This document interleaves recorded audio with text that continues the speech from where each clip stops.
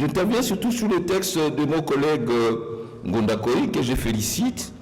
Oui, il est important, comme il a dit, que nous puissions sortir du syndrome de la Cour suprême, de la Deuxième République, mais il ne faut pas non plus qu'on tombe dans un traumatisme des vaincus, des battus de cette Cour constitutionnelle qui nous a amenés.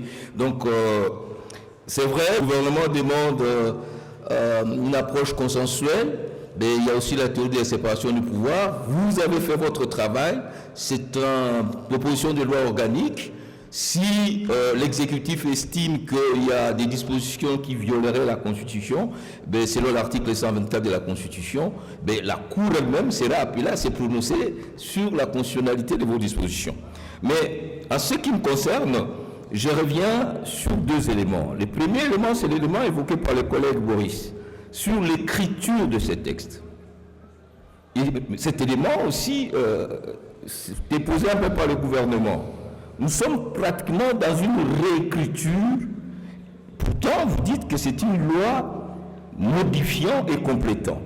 Ce qui fait que vous êtes passé des 120 articles de la loi d'origine à plus ou moins 243 articles. Vous avez doublé le texte. Et en doublant les textes, il se pose un problème de compréhension, si pas d'opacité. C'est-à-dire que, comme c'est une loi modificative, il était important d'avoir 3 articles très clairs, notamment l'article 1er qui donne quelles sont les dispositions que vous avez modifiées clairement. Et je crois que ça a été dit par nos collègues. L'article 2, quelles sont les dispositions que vous complétez ou vous restructurez. Et après, les autres dispositions. Si on voit cela, on allait avoir l'éclairage et l'écologie du texte et ça pourrait nous permettre de tomber dans le piège que le gouvernement dit que vous êtes en train d'écrire un nouveau texte. Donc c'est un problème de logistique que vous allez combler vous-même parce que vous êtes dans le bureau de la PAG. Mais dans le fond, vous avez soulevé un certain nombre de problèmes.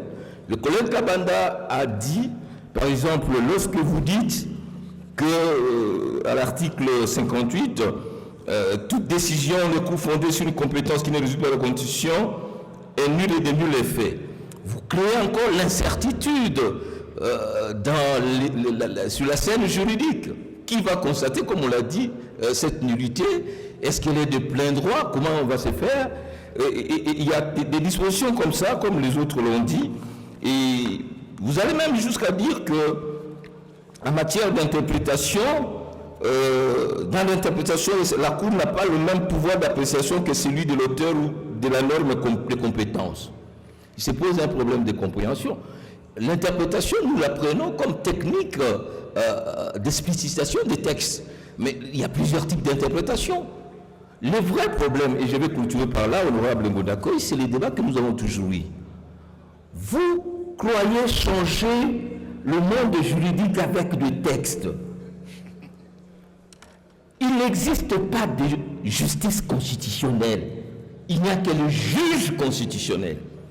C'est donc cette démarche trop normacentrique, mais il faut revenir à l'anthropologie. Ces juges-là, comment il est recruté? Quelles sont ses proximités? Quelles sont ses acquaintances? Quelle est la mystique qui conduit son action?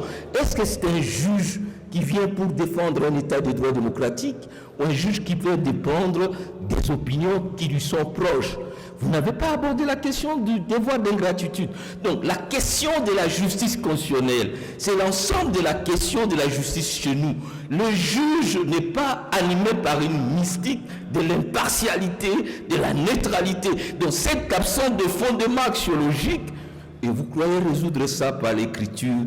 L'écriture du droit n'est que l'expression. Ce qui est important, c'est la vision.